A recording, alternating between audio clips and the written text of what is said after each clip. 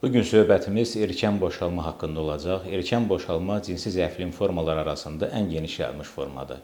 Tədqiqatlara görə təxminən kişilərin 30-70% erkən boşalmadan əziyyət çəkir.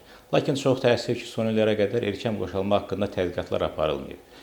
Təkcə son 10-15 ildə Amerikanın və Avropanın iri elmi tədqiqat institutları buna diqqət ayırıb. Və bu zaman məlum olub ki, erkən boşalma düşünüldüyündən daha çox yayılmış bir haldır. Erkən boşalma kişinin həyatı üçün çox mühüm bir hadisədir. Erkən boşalma ilə üzləşən şəxs ilk növbədə bilmək istəyir ki, erkən boşalma nədir? Yəni, onun düşdüyü vəziyyət erkən boşalmadır yoxsa yox? Bundan sonra bilmək istəyir ki, erkən boşalmanın səbəbləri nədir? Nə olub ki, onda erkən boşalma baş verib? Üçüncü isə, erkən boşalmanın müalicəsi varmı? Əgər müalicəsi varsa, onu necə müalicə eləmək olar? Qeyd edim ki, erkən boşalma kişinin nəzarət edə bilmədiyi cinsi əlaqədir. Digər tərəfdən erkən boşalmaya qadınla kişi arasında şəhvətin uyğunsuzluğu, yəni bir-birinə uyğun gəlməməsi kimi də baxmaq olar. Erkən boşalma anadan gəlmə də ola bilər, qazanılma da ola bilər. Anadan gəlmə erkən boşalma o erkən boşalmadır ki, kişinin ilk cinsi əlaqə təcrübəsində bu özünü göstərir. Qazanılma erkən boşalma isə o cinsi əlaqədirsə, əvvəllərdə bunun normal cinsi əlaqəsi olmuşdur. Bəs normal cinsi əlaqə nə qədər davam etməlidir? Mütəxəssislərin fikrincə normal cinsi əlaqə 2-3 dəqiqədən az olmamalıdır. Daha doğrusu 3 dəqiqədən az olan cinsi əlaqə erkən boşalma adlanır. Lakin məntiqi baxımdan kişi və qadını müddət baxımından razı salmayan cinsi əlaqəyə erkən boşalma deməliyik. Mütəxəssislər erkən boşalmanı 3 dərəcəyə bölür. Belə ki, əgər kişinin cinsiyyət üzvü vaginaya daxil olmamışdan qabaq boşalma baş verirsə, buna kəskin erkən boşalma deyilir. Əgər kişinin cinsiyyət üzvü vaginaya daxil olduqdan sonra 1 dəqiqədən tez boşalma baş verirsə, buna orta dərəcəli erkən boşalma deyilir.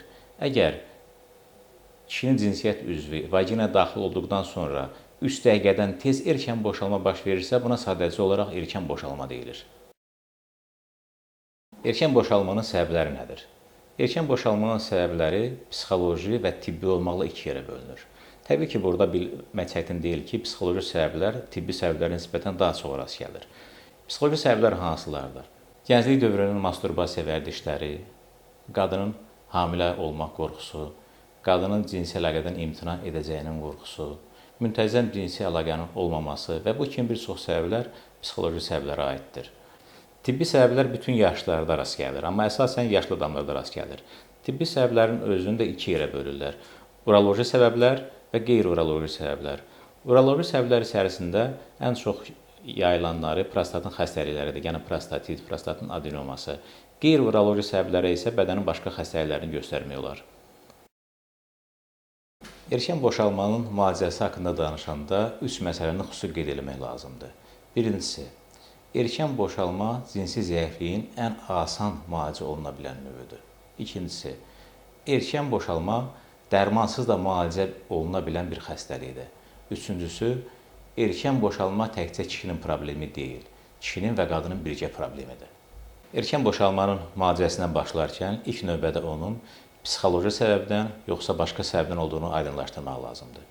Əgər erkən boşalmanın səbəbi psixolojidirsə, bu zaman dərmanlarla müalicəyə ehtiyac qalmır.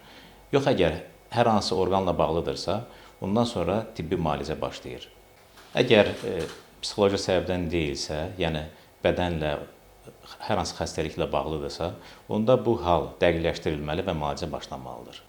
Erkən boşalmanın müalicəsi hər hansı başqa bir xəstəliyin müalicəsinə bənzəməz. Yəni, tibbdə bundan ötürü infeksion xəstəliklərdə olduğu kimi antibiotiklər yoxdur və yaxud başqa cür konkret dərmanlar yoxdur. Bəzi hallarda düzdür, erkən boşalmanın müalicəsi üçün antidepressantlar qrupunda olan tabletlər, həblər istifadə olunur. Lakin bu məsələnin həlli deyil.